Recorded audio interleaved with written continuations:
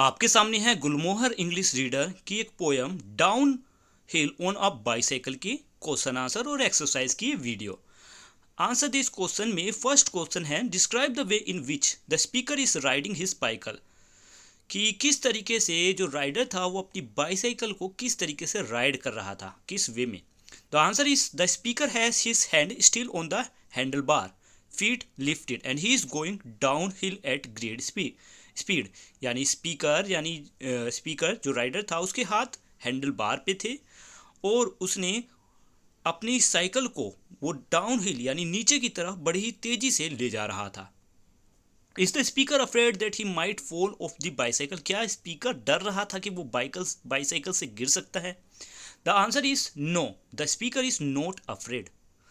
Question number 3, is the speaker a careful or rash driver, how do you know he is or is not, कि आप ये कैसे बता सकते हैं कि स्पीकर एक केयरफुल या फिर रैश ड्राइवर था, यानी केयरफुल बड़े ध्यान से साइकिल को चलाता था, या रैश ड्राइवर यानी बड़े ही भयानक तरीके से चलाता था। तो आप इन दोनों में से कैसे बताएंगे कि वो केयरफुल है या रैश राइडर है।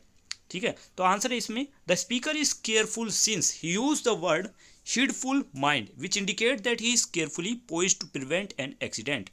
Question number 4, does the speaker wish he could sometime fly, how do you know, क्या स्पीकर ये इच्छा करता है कि वो कभी कभार उड़ सकता है। ठीक है, तो आपको ये कैसे पता चलेगा। आंसर है इसमें the speaker does wish he could fly. Answer is this, मतलब इसमें कुछ लाइनें दी हुई हैं जिससे हमें पता चलता है कि स्पीकर ये इच्छा करता है कि वो उड़ सकता है।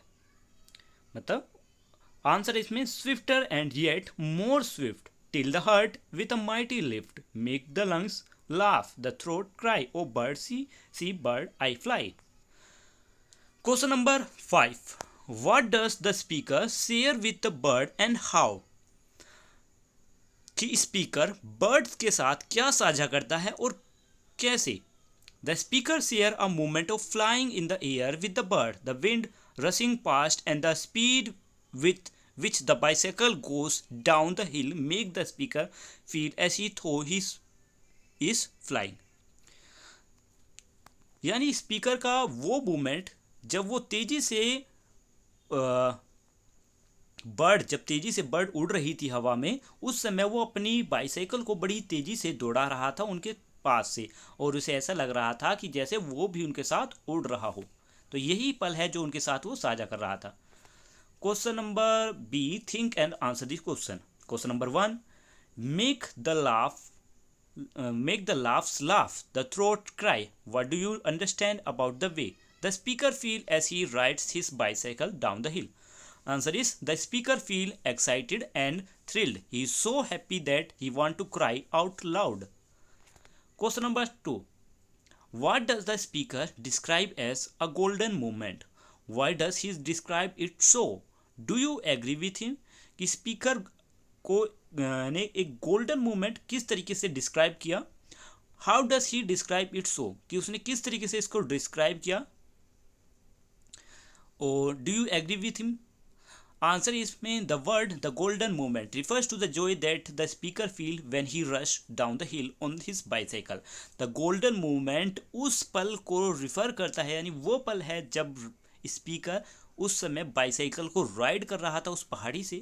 It is Indeed golden because, ये उसके लिए गोल्डन पल इसलिए है क्योंकि all he can feel at the moment is Joy excitement and fearlessness, क्योंकि ये वो पल था जिस समय वो बड़ी खुशी महसूस कर रहा था, वो बड़ा ही उत्सुक था और उसके अंदर से डर निकल चुका था।